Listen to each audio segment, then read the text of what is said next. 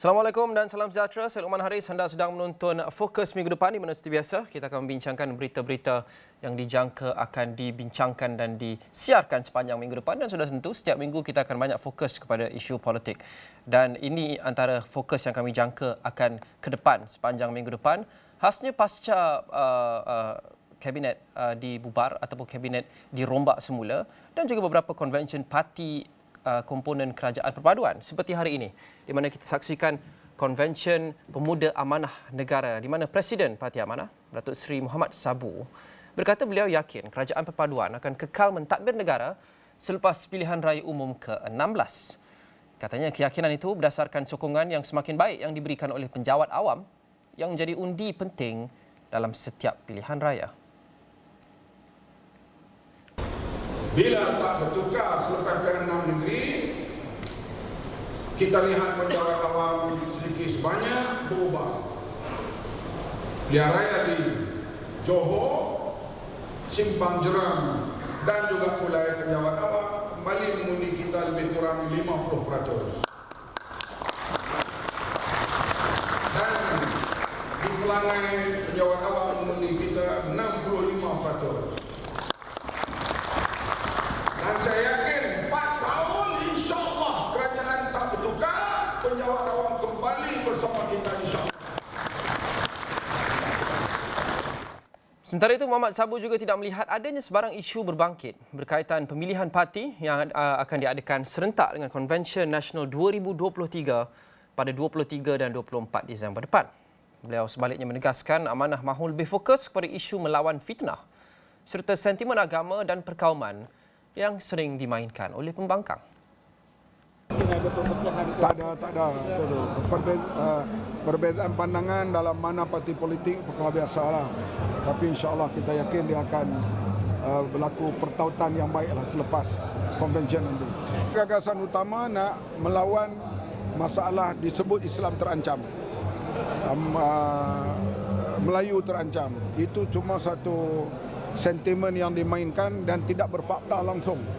Yang ni yang dipercayai oleh orang Melayu terutama sekali. Dan juga termasuk bukan kata anak-anak muda saja, termasuk orang-orang lama pun. Baik itu kita lihat di negeri yang Melayu yang tinggi peratusnya, kita mengalami kekalahan yang agak teruk. Tapi ianya sementara saja. Kita ada masa 4 tahun untuk menerang kembali kepada rakyat soal yang diperangkap minda mereka oleh PAS dan juga PN. Sementara itu, Amanah perlu bekerja lebih keras untuk memikat hati pengundi Melayu. Ketua pemudanya, Hasbi Muda, berkata, biarpun mereka mempunyai masa yang panjang sebelum PRU 16, namun gerak kerja perlu dimulakan sekarang kerana ia bakal menjadi medan menentukan kelangsungan parti. Usaha dan kerja kuat masih perlu dilakukan. Negeri-negeri majoriti Melayu yang kini dikuasai PAS mesti segera menjadi tumpuan kerajaan perpaduan khususnya Amanah. Masyarakat Pulau Bandar khususnya Felda mesti terus aktif disantuni oleh pemuda. 52 parlimen dan 90 betul melibatkan Felda, dan pemuda mesti cakna dengan apa juga masalah warga Felda. Kerajaan telah membelanjakan berbilion ringgit, terbaru 12 bilion untuk menghapuskan hutang bertunggak peneroka. Tetapi peneroka juga masih ramai bawa kemiskinan, dan peneroka makin jauh daripada kita. Sebab itu penting untuk kita lebih dekat dengan mereka dengan pelbagai program yang kita mesti gandul. Tambahnya, pengundi muda bakal menjadi kingmaker dalam pilihan raya akan datang, dan parti yang bercita-cita menjadi kerajaan harus bijak menawan hati dan naratif golongan ini. Katanya kerajaan perpaduan khususnya Amanah dan Pakatan Harapan harus dilihat sebagai parti yang mendengar, memahami dan bersedia menyelesaikan masalah rakyat, terutamanya golongan belia. Beliau berkata demikian ketika berucap pada Konvensyen Pemuda Amanah Nasional pada Sabtu. Baik, satu lagi tumpuan yang kita lihat semenjak semalam adalah Datuk Seri Anwar Ibrahim mengadakan mesyuarat dua hala dengan rakan sejawatnya dari Jepun, Fumio Kishida, di Pejabat Perdana Menteri Jepun pada Sabtu. Dalam kenyataan bersama yang menyusul, kedua-dua pemimpin itu bersetuju untuk meningkatkan hubungan diplomatik Malaysia-Jepun daripada perkongsian strategik kepada perkongsian strategik komprehensif. Perdana Menteri dalam ucapannya berkata Jepun telah lama menjadi rakan kepada Malaysia dan sangat penting dalam kerjasama diplomatik seperti pelaburan dan perdagangan. We in Malaysia recognize the role, pivotal role, strategic role that Japan has played, including the investment by the private sector. You see, for example, the initial progress in the late 80s and 90s. The Japanese contribution is enormous. And now we're extending to a number of issues, technology transfer and education. And I must thank you personally. Beliau berkata demikian dalam pertemuan yang bermula pada jam 11.30 pagi waktu tempatan. Ia merupakan agenda utama dalam lawatan kerja 5 hari beliau ke negara itu. Turut hadir Menteri Luar Negeri Datuk Seri Muhammad Hassan, Menteri Pelaburan, Perdagangan dan Industri Tengku Datuk Seri Utama Zafrul Tengku Abdul Aziz serta pegawai-pegawai kanan kerajaan. Baik, saya ingin berbincang sama dengan penganalisis ekonomi, politik dan hubungan antarabangsa Harizal Hazri. Harizal, Assalamualaikum. Waalaikumsalam. Rizal, kita ingin mengupas lawatan Perdana Menteri ke Jepun dan mungkin secara semula jadinya kita akan andaikan bahawa matlamat utamanya adalah dari segi ekonomi dan juga pelaburan, selaras dengan kebanyakan lawatan luar Perdana Menteri baru-baru ini. Kita lihat Jepun, Malaysia adalah rakan dagang ke-11 Jepun adalah rakan dagang ke-4 Malaysia. Setakat ini kita lihat apa yang sudah pun dilaksanakan di Jepun adalah pertemuan bersama dengan syarikat multinasional Jepun, meja bulat bersama peneraja industri dan sebagainya. Jadi adakah selamat untuk kita andaikan dan kita lihat bahawa tumpuan utama misi ini dan mungkin satu-satunya tumpuan berkisar tentang pelaburan? Dia bagi saya sebenarnya lawatan pada kali ini dia ada dua segi ya. Yang pertama tentu sekali bilateral antara Malaysia dengan Jepun, seperti mana yang saudara dah katakan, kita punya hubungan yang agak lama dan erat dengan Jepun, dan tahap hubungan Malaysia-Jepun juga dipertingkatkan pada lawatan kali ini. Tetapi dari satu segi juga adalah dari segi multilateral, kerana kunjungan ini juga adalah bersepadanan dengan summit ya, special summit Jepun ASEAN yang akan diadakan pada esok hari ya. Jadi saya rasa daripada kanta Malaysia kita mempunyai dua perkara yang ingin kita lihat. Yang pertama, bagaimana kita boleh mengeratkan tentu sekali hubungan kita dengan Jepun. Dan yang kedua adalah bagaimana Jepun boleh memainkan peranan yang lebih efektif bersama ASEAN untuk menangani masalah-masalah serantau dan juga cabaran-cabaran antarabangsa. Baik. Apa yang patut menjadi agenda utama di bawah Malaysia dalam summit antara ASEAN dan Jepun itu? Dia sebenarnya bagi saya yang pertama, kalau kita lihat antara Malaysia dengan Jepun, sebelum saya pergi ke ASEAN dengan Jepun, antara Malaysia dengan Jepun kita sering hanya mengatakan tentang pelaburan dan mungkin pertukaran teknologi dan sebagainya. Apa yang mungkin kita jarang perkatakan adalah sebenarnya Jepun mampu menjadi rakan kongsi yang baik untuk pembangunan sosial ya. Kerana Jepun mempunyai satu sistem pembangunan atau pendidikan yang sangat-sangat baik yang mungkin kita belum pelopori dengan lebih mendalam di antara dua negara ini. Jadi saya harapkan bahawa untuk kali ini hubungan bilateral kita boleh diperkembangkan bukan sahaja daripada segi dagangan, bukan sahaja daripada segi teknologi yang mana kita telah lakukan dalam banyak tahun, tetapi juga untuk melihat daripada segi pembangunan sosial ya. Jadi itu harapan saya. Yang kedua, tentu sekali teknologi masa hadapan.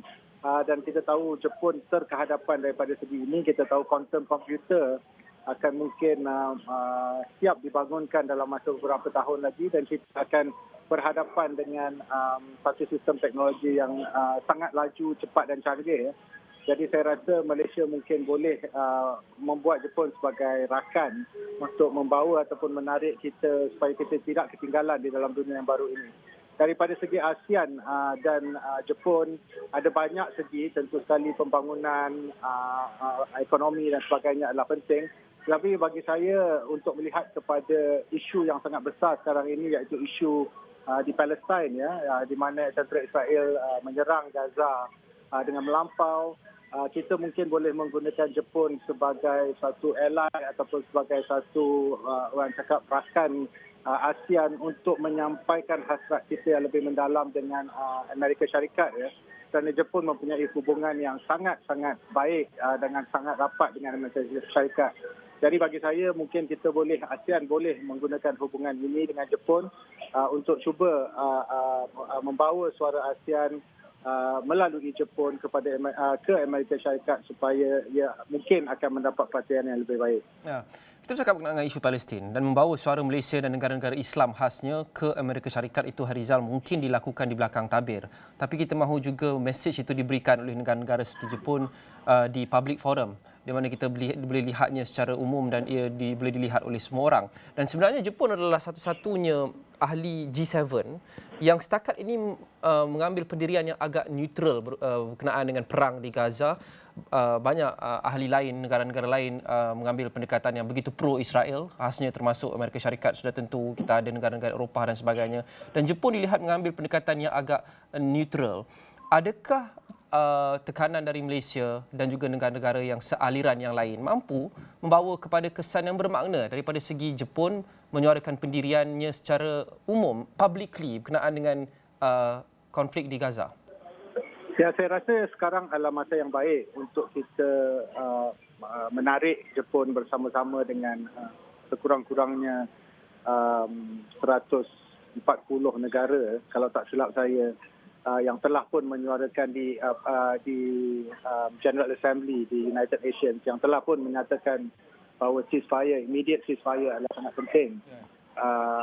Jadi Jepun juga adalah antara negara yang mengundi untuk immediate ceasefire. Jadi bagi saya ini adalah momen yang sangat penting untuk kita bersama-sama dengan Jepun dan boleh kita saling maksudnya mempertingkatkan lagi suara kita. Kita harus faham ya, Jepun mempunyai sejarah di mana mereka juga pernah kalah teruk di dalam peperangan. Dan apabila bom nuklear dijatuhkan di Jepun, ia telah mengakibatkan kematian yang sangat dahsyat, yang sangat tinggi. Jadi bagi saya, DNA Jepun tentu sekali akan faham tentang penderitaan negara yang diserang, terutama dengan teknologi dan senjata yang sangat hebat. Ya. Jadi bagi saya, itulah mungkin antara sebab kenapa Jepun lebih neutral, Jepun lebih senang untuk memberikan sokongan untuk menghentikan pengeboman yang melampau di Gaza. Tetapi pada masa yang sama, saya setuju ya, kita patut negara-negara ASEAN menggunakan platform ini untuk membawa Jepun bersama-sama. Walaupun Jepun adalah sekutu Amerika, tidak semestinya Jepun hanya harus melulu dan menyokong apa jua bentuk cadangan yang Amerika ketengahkan di peringkat antarabangsa. Jadi bagi saya setuju ini adalah momen yang sangat penting dan kalau ASEAN dapat bersama-sama dengan Jepun, kita boleh lagi meninggikan ya tekanan untuk menghentikan pengeboman di Gaza dengan cepat mungkin.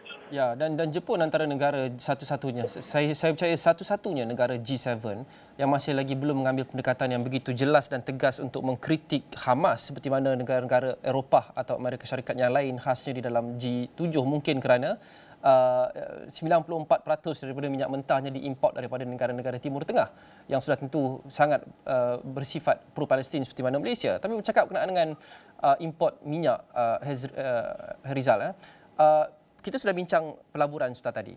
Adakah minyak sawit juga mungkin menjadi satu perkara yang akan diketengahkan oleh delegasi Malaysia termasuk Perdana Menteri? Kerana ramai yang tidak tahu bahawa pembekal minyak sawit terbesar Jepun adalah Malaysia, dan di sebalik undang-undang yang lebih tegas dan sentimen yang lebih memburuk berkenaan dengan minyak sawit dalam kalangan rakyat negara Eropah, termasuk undang-undang berkenaan dengan perhutanan yang akan berkuat kuasa tahun depan yang mungkin akan mencengkam lagi ekspor minyak sawit kita.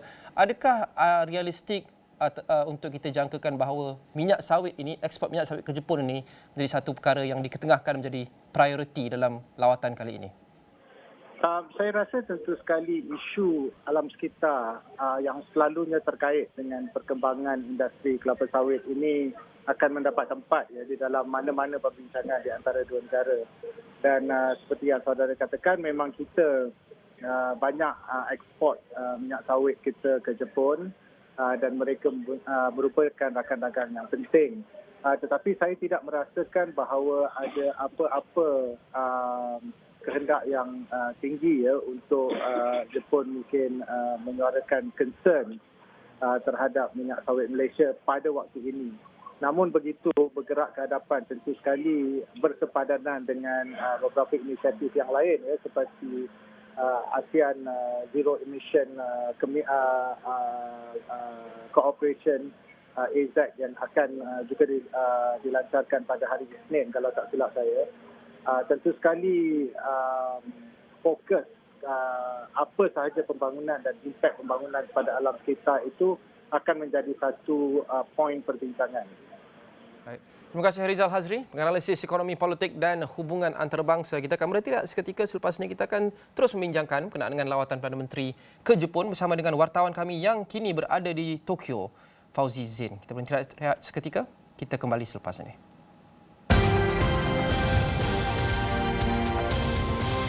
Kembali bersama Fokus minggu depan, saya Luqman Haris. Kami masih lagi membincangkan lawatan Perdana Menteri ke Jepun. Sebentar tadi kita berbincang bersama dengan penganalisis politik Harizal Hazri berkenaan dengan signifikan dan impak dan apa yang patut menjadi agenda utama Perdana Menteri dengan rakan sejawatnya Fumio Kishida. Dan terbaru dalam mesyuarat dua hala dengan Fumio Kishida, Perdana Menteri turut merakamkan ucapan terima kasih kepada Jepun atas komitmen yang dibuat oleh negara itu dalam menambah nilai kepada perdagangan dan pelaburan di Asia Tenggara.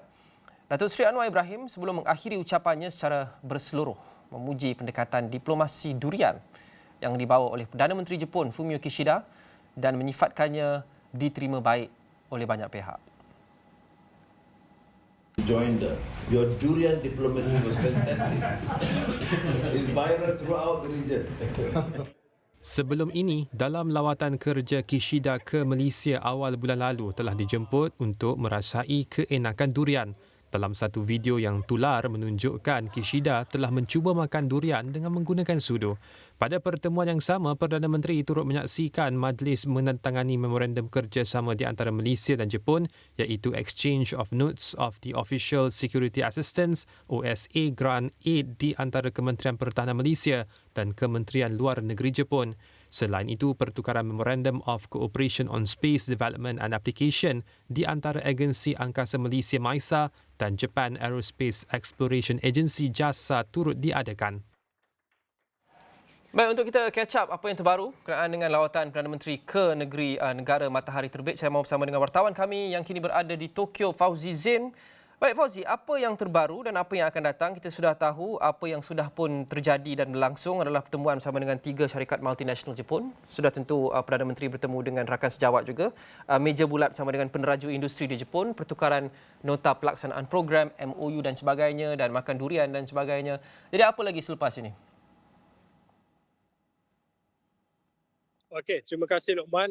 Sebelum tu, saya nak bagi tahu, saya pada ketika ini saya terpaksa memegang handphone saya ataupun peranti device saya kerana saya berada pada ketika ini di Shiba Park. Sebab tadi saya baru saja sebenarnya selesai tugasan atau buat assignment di kawasan berhampiran yang pastinya seperti yang dikongsikan oleh Luqman tadi.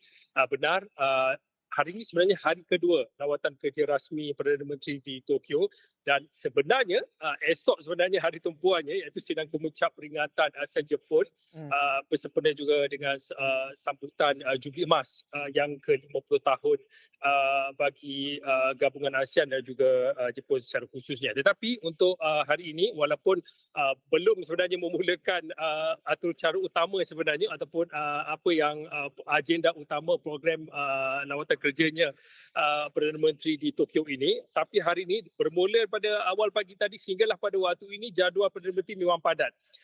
Seperti yang dikongsikan oleh Luqman, kalau di awal pagi tadi beliau berkesempatan untuk bertemu dengan rakan sejawatnya daripada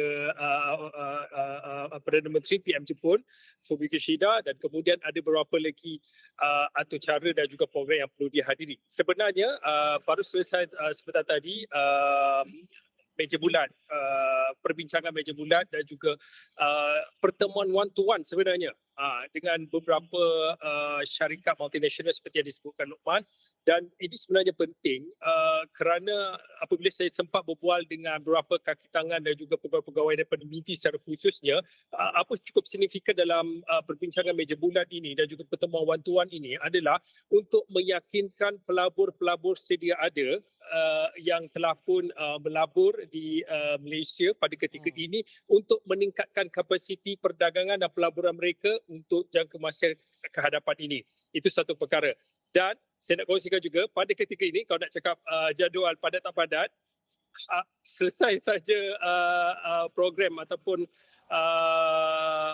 perbincangan meja bulat ini, Perdana Menteri terus bergegas pergi satu lagi event, iaitu yang berlangsung pada ketika ini, Majlis Makan Malam yang dihostkan oleh PM Jepun. Okey, untuk esok, kalau boleh saya kongsikan pada waktu ini, sebenarnya ia bermula dengan penumpuan ataupun apa yang difokuskan dalam lawatan kerja rasmi Perdana Menteri selama 5 hari ini, iaitu summit ataupun sidang kemuncak peringatan ASEAN bersama dengan Jepun difahamkan akan bermula pada jam 10 pagi dan kemudian seperti biasalah dalam kesempatan yang ada ini difahamkan akan ada kenyataan negara yang akan disampaikan oleh Perdana Menteri sendiri dalam sesi sidang kemuncak tersebut. Okey, kemudian kalau boleh saya kongsikan dalam kesibukan dan juga padatnya jadual Perdana Menteri di Jepun pada ketika ataupun sepanjang 5 hari ini difahamkan ada juga bilateral meeting ataupun mesyuarat dua hala selain pada PM Jepun akan ada juga dengan PM Vietnam dijadualkan pada hari esok pada jam 11 pagi. Dan seperti kebiasaannya bila Perdana Menteri melakukan lawatan kerjanya di luar negara akan ada kesempatan dan juga peluang diberikan untuk media-media tempatan secara khususnya media-media daripada Jepun untuk menebu bual beliau secara eksklusif. Saya difahamkan ada satu ataupun ada dua sebenarnya sesi temu bual yang telah pun diatur untuk menebu bual pemimpin nombor satu negara. Okey, itu satu.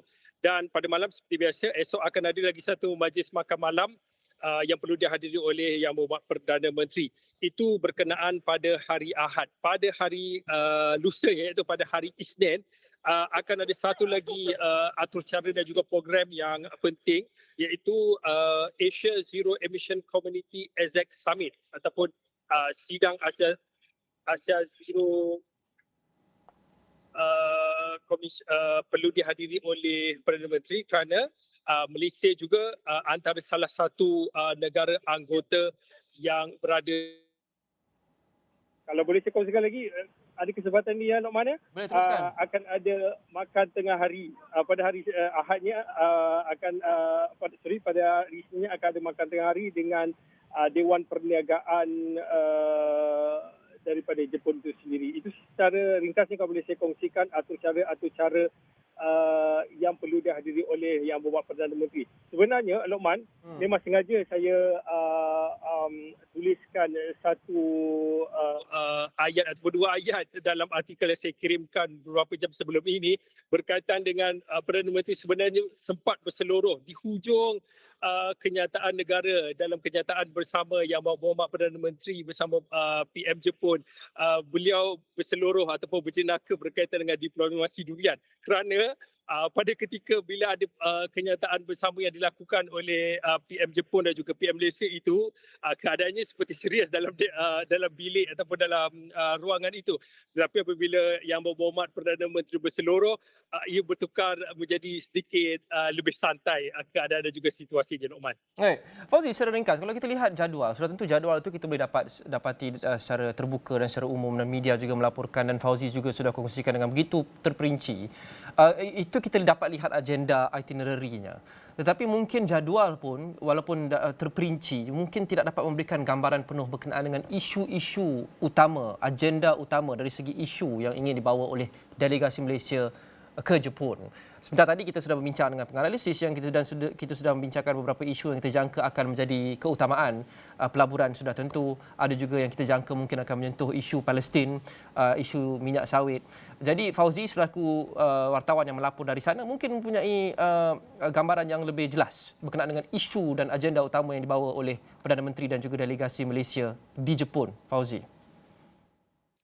Sebenarnya dalam sidang media yang dijalankan oleh Duta Besar Jepun semalam, saya sempat bertanyakan apa sebenarnya highlight yang ataupun sorotan yang ingin dibawa oleh Malaysia pada sidang kemuncak peringatan pada kali ini. Salah satunya apa yang dikongsikan oleh Duta Besar Datuk Effendi Ghani, beliau mengatakan Malaysia akan menyatakan komitmen untuk melihat kerjasama yang lebih komprehensif untuk ASEAN dan juga Jepun. Itu satu perkara. Yang keduanya untuk Malaysia secara peribadi ataupun untuk secara Malaysia adalah untuk melihat apa peluang-peluang yang boleh ditambah baik dalam bidang digital ekonomi. Dan kita tahu beberapa minggu lepas dalam rombakan kabinet pun Yang Amat Berhormat Perdana Menteri ada menyatakan salah satu perkara dan juga tumpuan dalam pentadbiran kerajaan Bernadette atau kerajaan perpaduan ini adalah untuk memberi tumpuan kepada digitalisasi. Jadi pada waktu ataupun dalam kesempatan dalam lawatan rasmi dan juga bersempena dengan sidang kemuncak peringatan ASEAN Jepun ini difahamkan akan ada tumpuan dan juga soal-soal berkaitan dengan digital ekonomi ataupun digitalisasi, apa yang boleh kita belajar daripada Jepun dan apa kerjasama yang boleh diteroka buat Malaysia dan juga Jepun dan buat ASEAN dan juga Jepun. Kerana disebutkan mungkin dalam kesempatan yang ada Malaysia boleh tonjolkan dan juga boleh memberi pandangan Malaysia sendiri keberkesanan dan juga signifikannya apabila kerajaan memberi tumpuan pelaksanaan PEDI, Pusat Ekonomi Digital. Dan perkara itu juga yang disebutkan oleh Duta Besar dalam sidang media, dan mungkin perkara itu juga saya fikir selain daripada kita bercakap tentang ekonomi, kita cakap pasal perdagangan, pelaburan antara Malaysia dan juga Jepun, bidang digital juga akan diberi tumpuan oleh Yang Berhormat Perdana Menteri Luqman. Baik, terima kasih Fauzi. Durian yang dijamah oleh Perdana Menteri Jepun, adakah ia diberikan juga kepada pengamal media dan wartawan di sana, Fauzi? Saya sebenarnya mengharapkan akan ada satu simbolik. Kalau di Malaysia, Perdana Menteri Jepun dihidangkan dengan salah satu menu yang menjadi signifikan ataupun simbolik buat rakyat Malaysia. Saya harapkan, saya juga menjangkakan kalau ada nanti akan ada menu ataupun hidangan daripada negara matahari terbit ini yang mungkin boleh Yang Berhormat Perdana Menteri sendiri mencuba, dan mungkin ada diplomasi lain, mungkin diplomasi sushi, diplomasi yang lain-lain lah yang berkaitan dengan cukup signifikan dengan negara Jepun dan juga Malaysia. Baik, terima kasih Fauzi Zain, wartawan Sarawak ni akan terus ke udara bersama dengan kita dari semasa ke semasa sepanjang beberapa hari lawatan Perdana Menteri ke Jepun ini. Itu saja untuk Fokus minggu depan. Kita jumpa lagi.